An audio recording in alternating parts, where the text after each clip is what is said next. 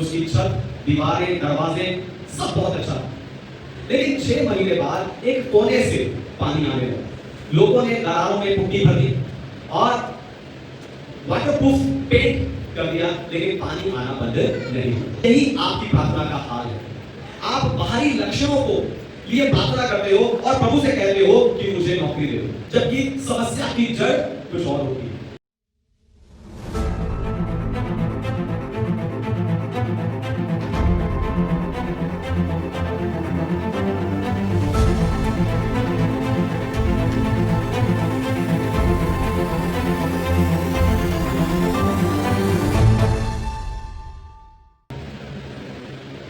की तेज रफ्तार जिंदगी में कोई भी बारीकियों पर या डिटेल्स पर ध्यान नहीं देता।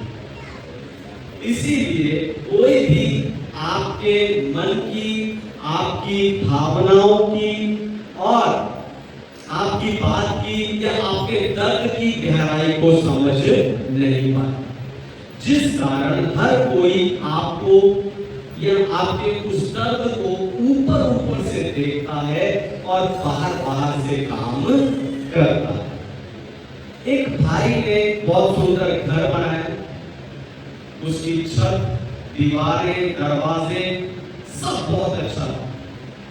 लेकिन 6 महीने बाद एक कोने से पानी आने लगा। लोगों ने दरारों में पुट्टी भर दी और वाटरप्रूफ पेंट कर दिया, लेकिन पानी आना बंद नहीं हुआ। फिर एक एक्सपर्ट आया और उसने कहा तो सिर्फ बाहरी लक्षण है, उनके ऊपर काम कर रहे हो, लेकिन आप जो असली जड़ है, जड़ जो समस्या की जड़ है, उस पर काम नहीं कर रहे। इसलिए उस भाई ने एक उस दीवार को खोदा, वहां से छीना, नींव को रिपेयर किया और तब वहां से पानी आना बंद हो गया। यही आपकी प्रार्थना का हाल है। आप बाहरी लक्षणों को लिए प्रार्थना करते हो और प्रभु से कहते हो कि मुझे नौकरी दे दो,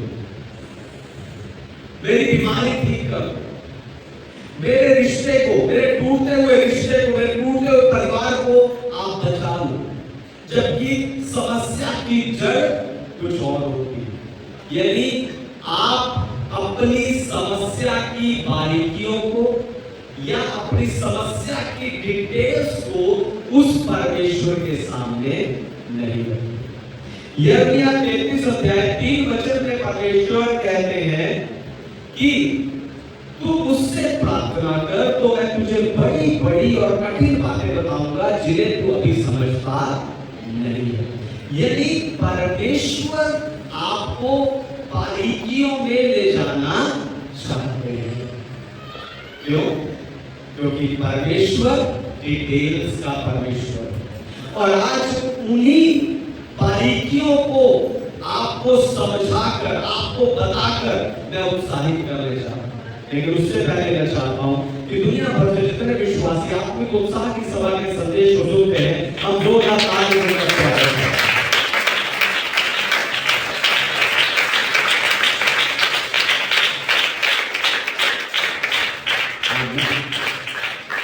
बारीकियों का परमेश्वर, पहली बात, परमेश्वर जड़ पर काम करते हैं, सतह पर नहीं।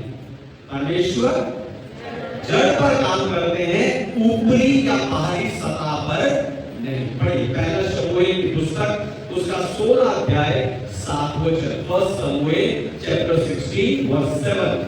परंतु यहोवा ने शमूएल से कहा, ना तो उसके रूप पर दृष्टि कर और ना उसके कद की ऊंचाई पर, क्योंकि मैंने उसे अयोग्य जाना है।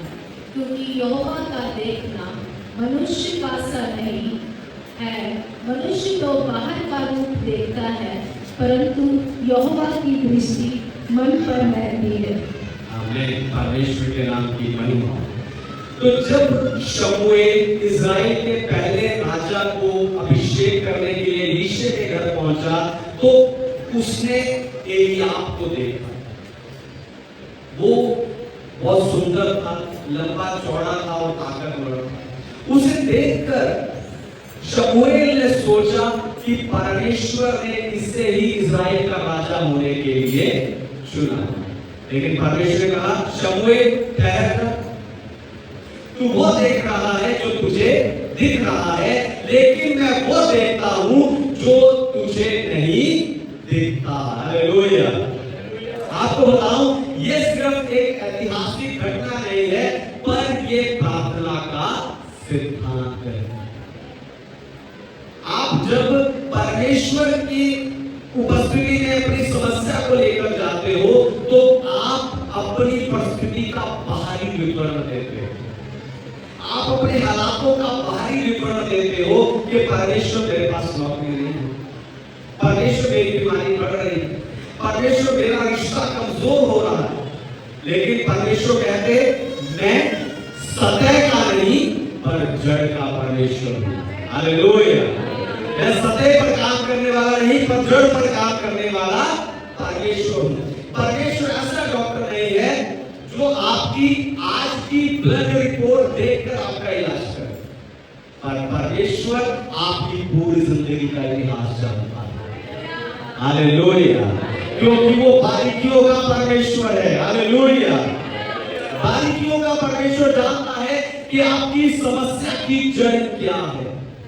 वो जानता है कि शायद किसी को माफ ना करना, शायद बहुत ज्यादा चिंता करना, या शायद कोई गलत आदत, या शायद कोई गलत जो जवाब या गलत आपका खाना पीना, वो आपकी सेहत को बिगाड़ रहा है।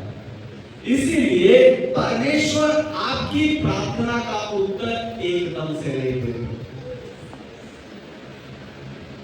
वो कभी, परमेश्वर कभी भी सतह की प्रार्थना को नहीं सुनते, उसका उत्तर नहीं देते।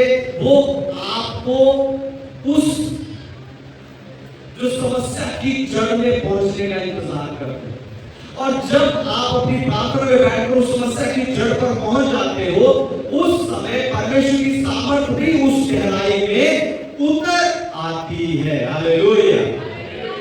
परमेश्वर की सामर्थ भी उस गहराई में उतर आती है, क्योंकि परमेश्वर बारीकियों का परमेश्वर, क्योंकि परमेश्वर जानता है कि परमेश्वर आपके हर छोटे से छोटे दर्द को जानता है, वो आपके हर एक छुपे हुए घाव को जानता है, वो आपके हर एक कहे अनकहे शब्द को जानता है, पर वो बस इतना चाहता है कि आप सतह को छोड़कर जड़ तक पहुंचे। हालेलुया। एक भाई था रमेश, वो लुधियाना में है, एक भाई है रमेश, वो लुधियाना में एक फैक्ट्री में काम करता है। उसके हाथ में बार बार दर्द होता था। वो डॉक्टर के पास गया, डॉक्टर ने उसको पेन किलर दिया। एक हफ्ते बाद फिर वो दर्द दोबारा शुरू हो गया। वो दूसरे डॉक्टर के पास गया, दूसरे डॉक्टर ने भी उसे पेन किलर दे दिया। 6 महीने तक यही सिलसिला चलता रहा। फिर एक दिन एक बड़े डॉक्टर ने रमेश को देखा और उससे पूछा कि तू जब काम करता है, फैक्ट्री में जाता तो कैसे बैठता है? रमेश ने उसे बैठ के दिखाया। डॉक्टर ने कहा तेरी समस्या हाथ में नहीं है, पर तेरी समस्या तेरे बैठने के कारण है। तेरे बैठने के गलत पोस्चर के कारण तेरी गर्दन की एक नस दब गई है और हाथ तो तुझे बस सिग्नल दे रहा है। आप देखो 6 महीने तक किसी को भी जड़ नजर नहीं आई। सब बाहरी लक्षणों के लिए इलाज कर रहे थे, बाहरी परिस्थितियों का इलाज कर रहे थे, लेकिन जैसे ही जड़ पकड़ में आई, 3 हफ्ते में उस भाई रमेश की समस्या खत्म हो गई। ऐसे ही आप में से कई लोग हैं जो अपनी समस्या की सतह पर अटके, जबकि परमेश्वर का ध्यान आपके दर्द की जड़ पर है। दोबारा सुनिए, ध्यान सुनिए। आप में से कई लोग अपनी समस्या की सतह पर हो, अटके हुए हो, लेकिन परमेश्वर का ध्यान आपकी आपकी समस्या की, आपकी दर्द की जड़ पर है। Hallelujah, hallelujah. आपका मन, आप में वास करने वाला पवित्र आत्मा और मेरा प्रचार आपको सिग्नल दे रहा है, पर आप ध्यान नहीं दे रहे। हालेलुया। आपकी समस्या की जड़ के लिए आपका अपना मन, आप में वास करने वाला पवित्र आत्मा और मेरा प्रचार आपको सिग्नल देता है, लेकिन आप उस पर ध्यान नहीं देते। इसलिए इसका एक ही हल है कि आज से जब भी आप अपनी किसी भी समस्या के लिए, परिस्थिति के लिए प्रार्थना करो, तो पहले अपने आप से एक सवाल पूछना कि ये समस्या मेरी जिंदगी में क्यों और कहां से है। यानी पहले आप अपनी समस्या की जड़ को देखना, फिर उसके लिए प्रार्थना करना। 5 दिन ऐसा करके देखो, आपकी प्रार्थना का एंगल बदल जाएगा और आपकी समस्या जड़ से खत्म होगी। हालेलुया।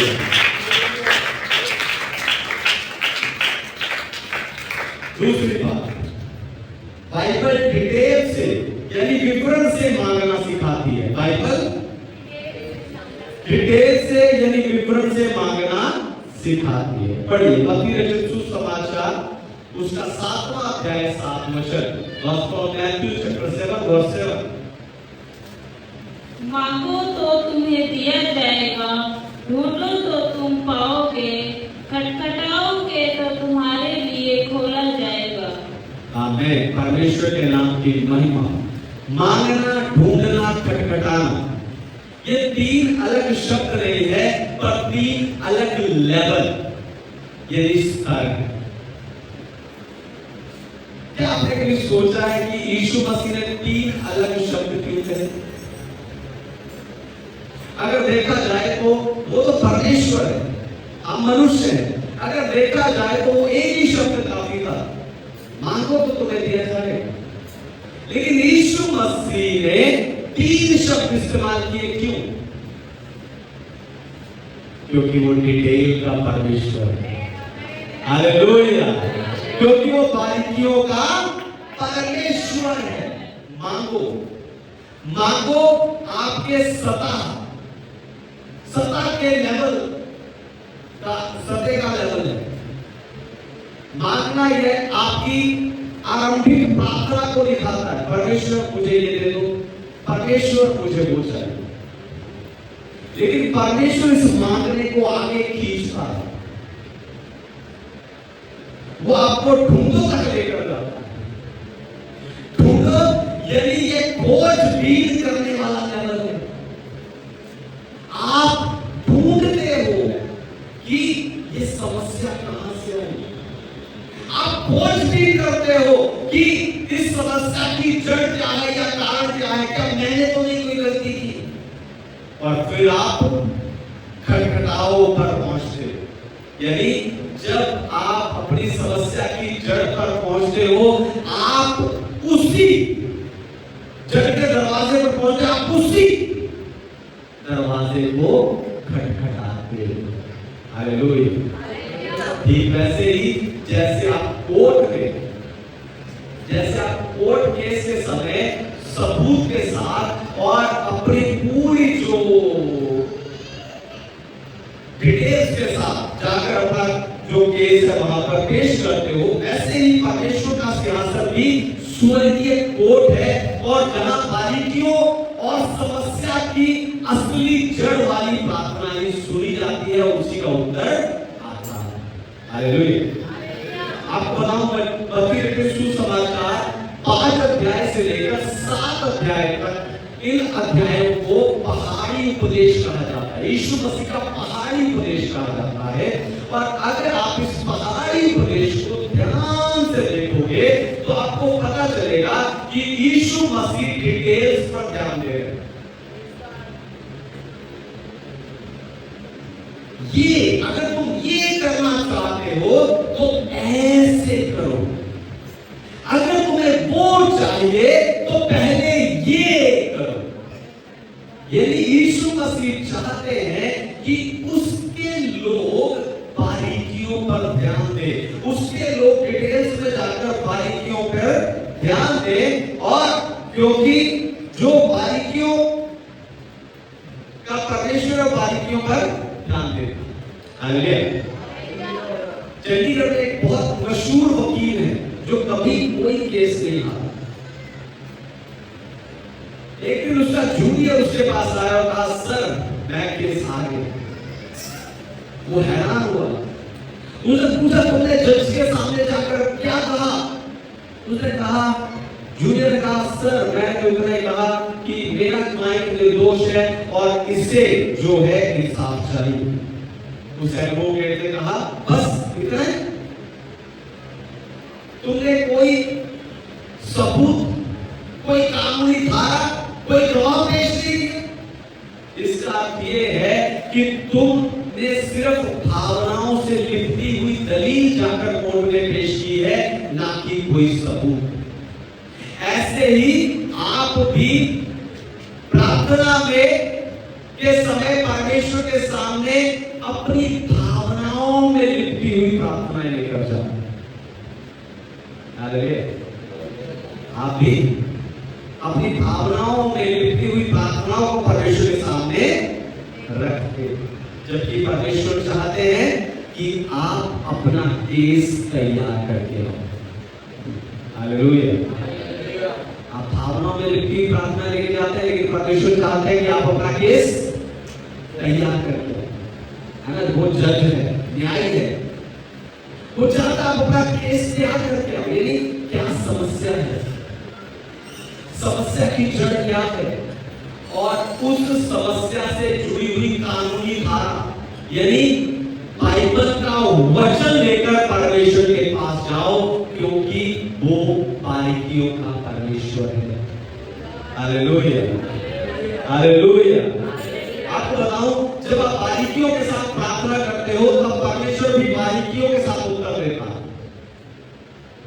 यीशु के मारे जाने, गाड़े जाने, मुर्दों में जी उठने के बाद चेलों ने सोचा सेवकाई खत्म, और वो वापस मछली पकड़ने चले।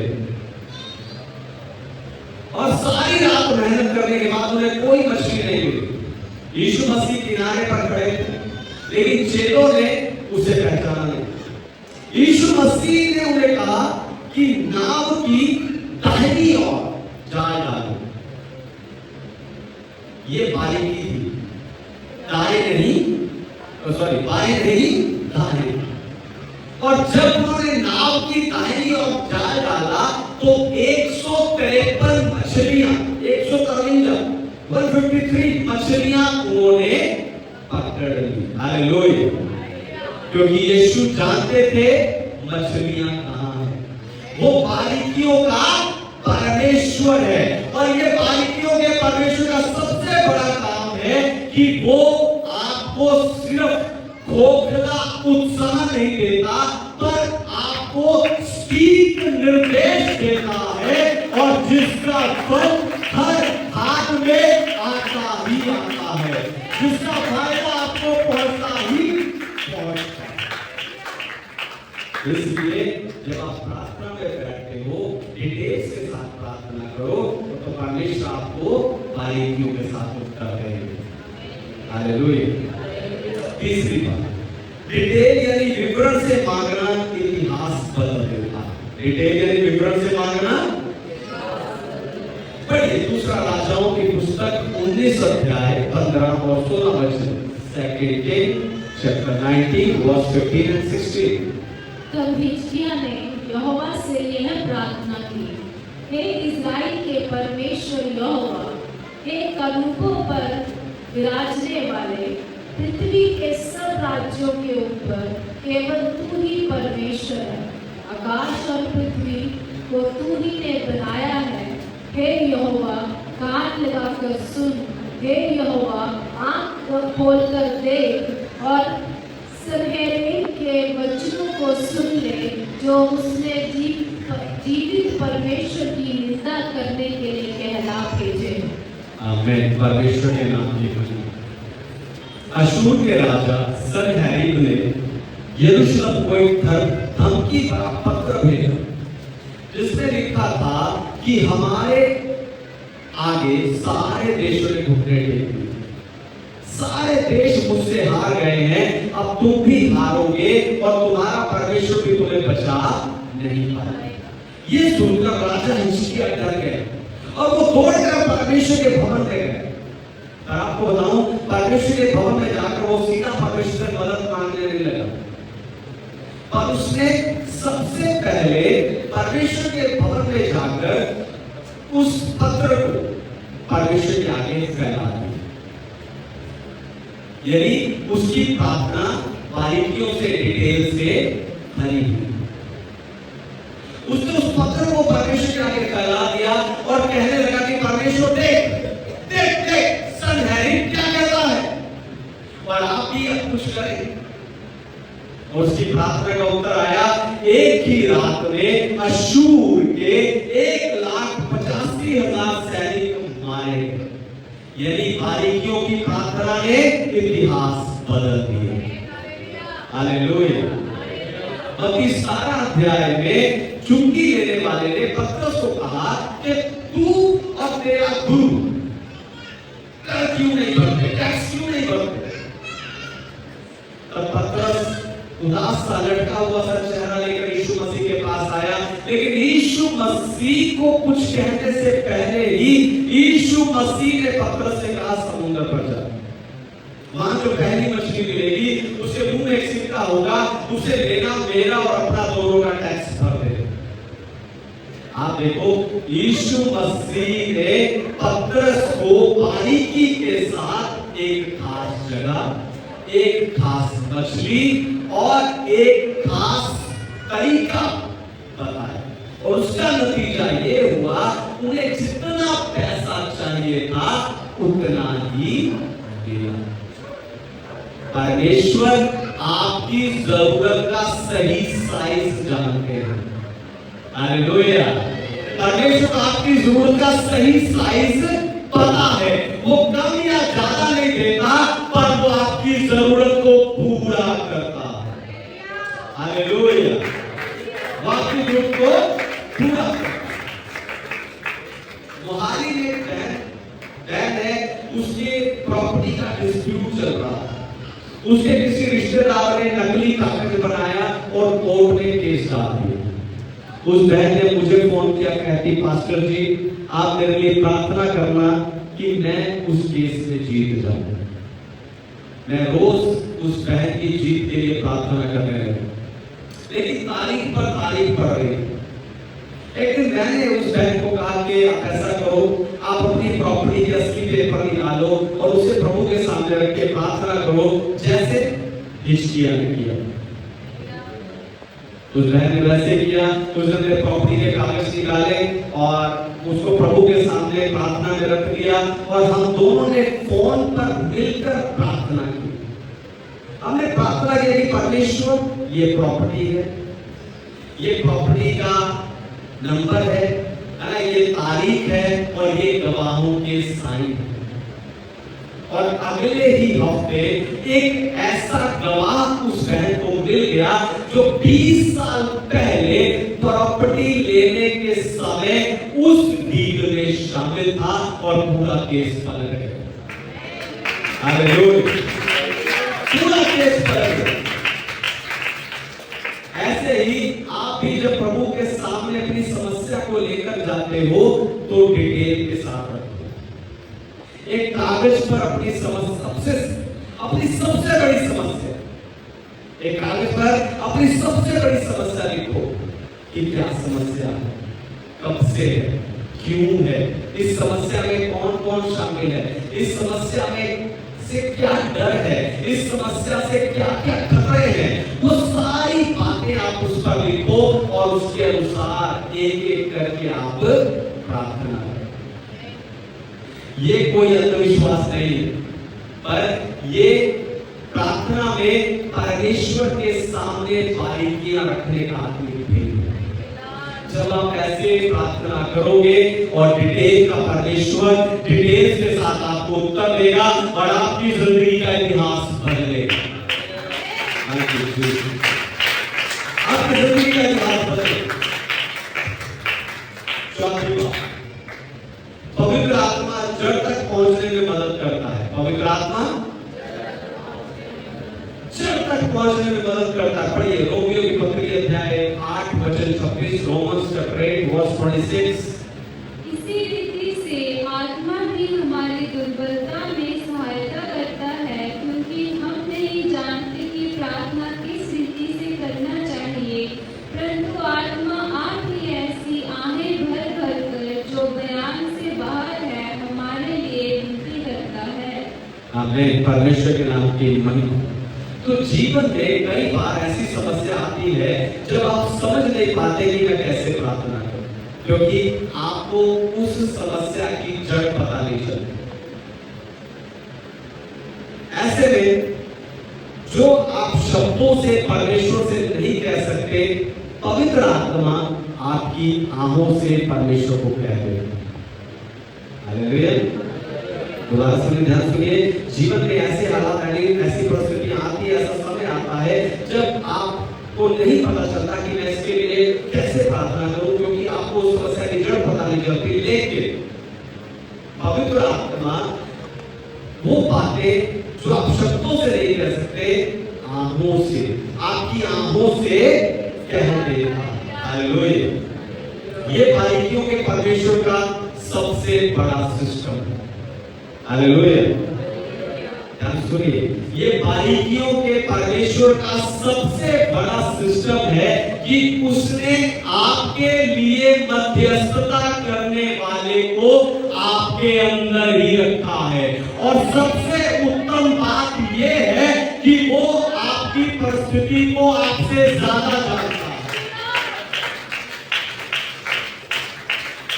इसलिए जब आप समस्या की जड़ को समझ नहीं पाते, उस समय प्रार्थना में पवित्र आत्मा को इनवाइट करो, अन्य भाषा में प्रार्थना करो। आपको बताऊं, थोड़ी देर में पवित्र आत्मा आपको वो दिखाएंगे जो आप अभी तक देख नहीं पाए। हालेलुया।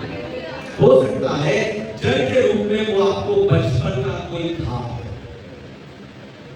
हो सकता है जड़ के रूप में वो आपको कोई बचपन का घात दिखाए, या कोई ऐसा पाप जिसके लिए अभी तक आपने पश्चाताप नहीं किया, या कोई गलत सोच आपको दिखा। और उसी समय आपकी प्रार्थना, वो देखते ही आपकी प्रार्थना पूरी तरह बदल जाएगी और आपको आपके बंधन चलते हुए दिखाई देंगे। हालेलुया। एक बहन थी, वो बार बार डिप्रेशन में जाती थी। उसने डॉक्टर को दिखाया, उसने काउंसलर को भी दिखाया, काउंसलर के पास भी गई, लेकिन सबने बाहरी लक्षणों का इलाज किया, उसे कोई हल नहीं मिला।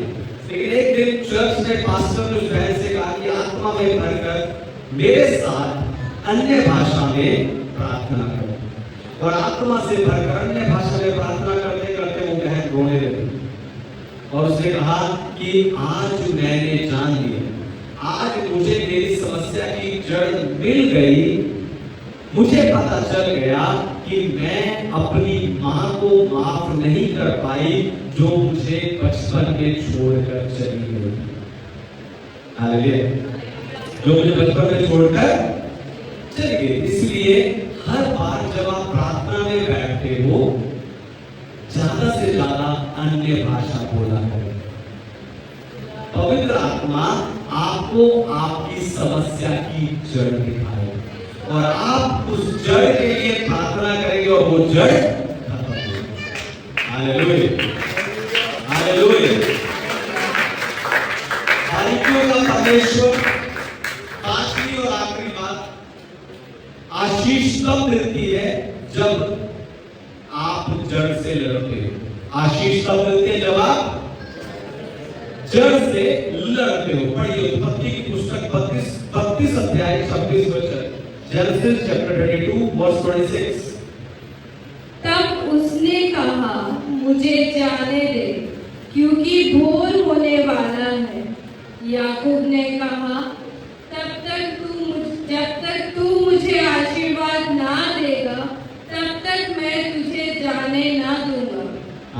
परमेश्वर के नाम की महिमा। ये याकूब के जीवन की सबसे जरूरी रात थी। याकूब अकेला था और कल वो अपने भाई एसाव को मिलने वाला था, जिसे उसने धोखा दिया। इसलिए वो डर, शर्म और पाप बोध से भरा हुआ। सोच कर देखो, इस घबराहट में वो सताए के लेवल की प्रार्थना कर सकता था कि परमेश्वर मुझे एसाव से बचा, लेकिन उसने ऐसा नहीं किया। वो सारी रात एक अनजान से लड़ता रहा। हालेलुया। वो सारी रात एक अनजान से लड़ता रहा। ये सिर्फ एक शारीरिक युद्ध नहीं था, पर याकूब की समस्या की जड़ से उसका आत्मिक टकराव था। याकूब का अर्थ होता है धोखेबाज, और वो सारी जिंदगी अपने नाम के अनुसार ही जीता। उसने लोगों से धोखा दिया, उसने लोगों के साथ हेराफेरी की, उसने लोगों के साथ चालाकी की। यानी उसका चरित्र ही उसकी सारी समस्याओं की जड़ था। इसलिए याकूब से लड़ते समय उस स्वर्गदूत ने पूछा कि तेरा क्या नाम है। इसका अर्थ यह नहीं कि यार स्वर्गदूत उसका नाम पता नहीं था। स्वर्गदूत उसका नाम जानता था, पर वो याकूब के मुंह से बुलवाना चाहता था, ताकि याकूब को उसकी समस्या की जड़ पता चल सके। और जैसे उसने कहा मेरा नाम याकूब है, स्वर्गदूत ने उसका नाम बदलकर इज़राइल रख दिया। ये बारीकियों के परमेश्वर का सबसे बड़ा काम है कि वो सिर्फ आपके हालात नहीं बदलता, पर आपकी पहचान भी बदलता है। वो आपकी पहचान बदल देता है।